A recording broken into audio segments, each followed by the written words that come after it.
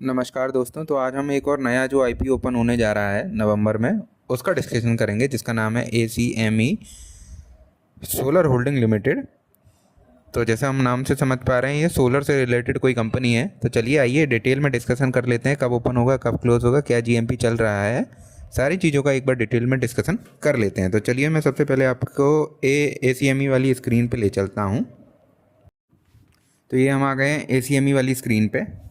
तो एसीएमई solar holding का IPO हमारा 6 नवंबर को ओपन होगा और 8 नवंबर को क्लोज होगा। ये स्विगी के संग ओपन होगा और स्विगी के संग ही क्लोज होगा। इसका फेस वैल्यू है ₹2 पर शेयर का।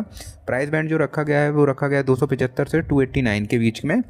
एक लॉट में आपको मिलेंगे 51 शेयर्स। जो इशू साइज़ है, टोटल इशू साइज़ वो है 2900 करोड़ का। इसमें फ्रेश इशू है 2395 करोड़ का और ऑफर फॉर सेल जो है वो है 505 करोड़ का। इस वाले जो आईपीओ है, इसमें हमें ऑफर फॉर सेल काफ़ी कम देखने को मिल रहा है, थोड़ा बहुत ही है। मतलब जो फ्रेश इशू है वो काफ़ी ज़्यादा है, 2395 करोड़ का। जैसा कि हमने स्विगी में देखा था, उसमें भी काफ़ी ज़्यादा था। एफकॉन्स के आईपीओ की बात करें तो उसमें भी अच्छा खासा था। और अगर होंडाई के आईपीओ की बात करें तो उसमें तो पूरा का पूरा ही ऑफर फॉर सेल ही था। पर इस आईपीओ में ऐसा नहीं है, इसमें फ्रेश इशू काफ़ी अच्छा है। तो लिस्टिंग जो होगी वो बीएसई एनएससी दोनों पे होगी, ठीक है। तो जो बेसिक ऑफ अलॉटमेंट है, मतलब आपने अगर अप्लाई किया है तो आपको अलॉटमेंट मिला कि नहीं मिला, ये आपको पता चलेगा 11 नवंबर को। और जो आप अगर नहीं मिलता है तो आपका पैसा जो आपके अकाउंट में वापस आएगा वो आएगा 12 नवंबर को। आपके डीमेट अकाउंट में अगर आपको मिलता है तो शेयर जो हैं वो आपके 12 नवंबर को क्रेडिट होंगे। लिस्टिंग होगी 13 नवंबर को स्विगी के साथ, ठीक है। तो जैसे कि क्यूआईबी कैटेगरी में जो परसेंटेज फिक्स किया गया है वो 75% है क्यूआईबी के लिए, रिटेल में 10% है और एचएनआई में ये रखा गया है 15% का कोटा। और रिटेल कैटेगरी में अब आप अप्लाई करते हैं तो आपको एक लॉट के लिए अप्लाई करना पड़ेगा मिनिमम, जिसमें आपको मिलेंगे 51 शेयर्स। और अगर आप ऐसे मतलब स्मॉल एचएनआई में अप्लाई करना चाहते हैं तो आपको 2 लाख से ऊपर का एप्लीकेशन लगाना पड़ेगी, जिसके लिए आपको 14 लॉट्स के लिए अप्लाई करना पड़ेंगे। उसमें मिलेंगे आपको 714 शेयर्स। और अब अगर आपको बिग एचएनआई कैटेगरी में अगर आपको एप्लीकेशन लगानी है तो आपको 10 लाख से ऊपर का एप्लीकेशन लगाना पड़ेगा, जिसके लिए आपको 68 लॉट्स के लिए अप्लाई करना पड़ेंगे, जिसमें है 3468 शेयर्स। तो अभी जो शेयर होल्डिंग है, जो प्रोमोटर की शेयर होल्डिंग है इशू से पहले, वो है 100%। मतलब प्रोमोटर के पास ही पूरा का पूरा माल पड़ा हुआ है, शेयर्स। मतलब कंपनी में जो होल्डिंग है वो पूरी की पूरी प्रोमोटर के पास ही है। अब कंपनी की बात करें तो कंपनी क्या करती है, कंपनी इनकॉर्पोरेटेड हुई थी हमारी 2015 में, जून के महीने में। तो कंपनी क्या करती है, कंपनी इंडिया में इलेक्ट्रिसिटी प्रोड्यूस करती है, रिन्यूएबल एनर्जी मतलब विंड और सोलर से ये इलेक्ट्रिसिटी प्रोड्यूस करने का काम करते हैं। One of the largest producer हैं इलेक्ट्रिसिटी के, विंड और सोलर से, ठीक है।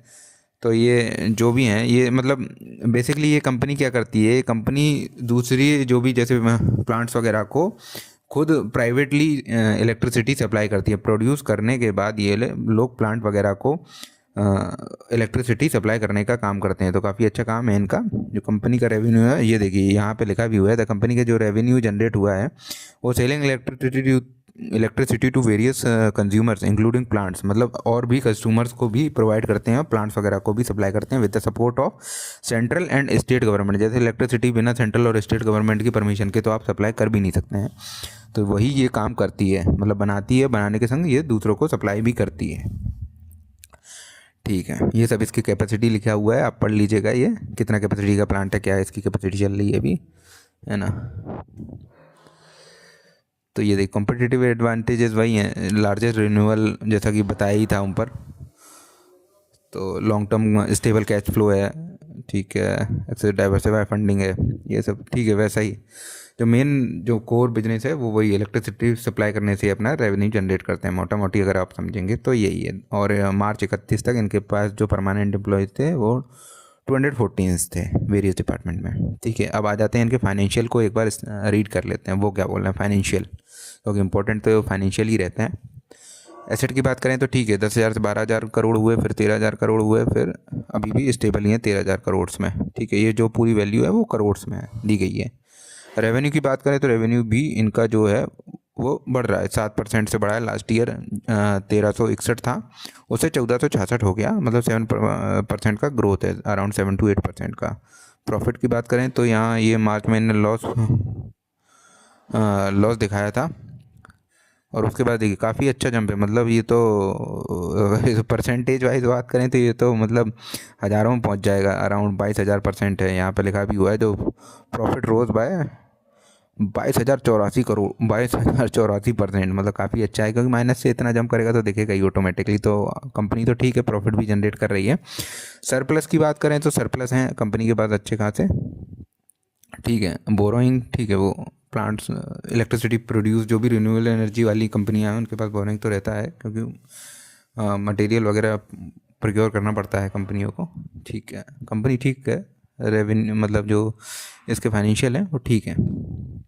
चलिए अब आ जाते हैं हम एक बार जीएमपी कितना चल रहा है कंपनी का, वो एक बार हम देख लेते हैं। तो ये मैंने लगा लिया जीएमपी वाला स्क्रीन। तो अभी इसके जीएमपी में ट्रेड होना चालू नहीं हुआ है, वैसे भी अभी हम लोग तो देख रहे हैं जो भी अभी, जैसे हमने लास्ट होंडाई का आईपीओ देखा वो तो नेगेटिव ही लिस्ट हुआ। उससे पहले जो हमने देखा एफकॉन्स का, उसका भी नेगेटिव जीएमपी चल रहा है। अभी हमने स्विगी का आईपीओ भी रीड किया था, उसमें भी अभी ठीक है, बहुत कम, अराउंड 4% के आसपास जीएमपी चल रहा है, इसमें ज़ीरो है। वो सब मार्केट की वजह से है, पर ये कंपनी का रेवेन्यू जो मॉडल है, जैसे इलेक्ट्रिसिटी सप्लाई करना, और वो भी रिन्यूएबल एनर्जी, गवर्नमेंट का भी फोकस जो है वो रिन्यूएबल एनर्जी के ऊपर ही है। तो हम अप्लाई कर सकते हैं इस आईपीओ में, क्योंकि इसका बिजनेस मॉडल जो है वो अच्छा है।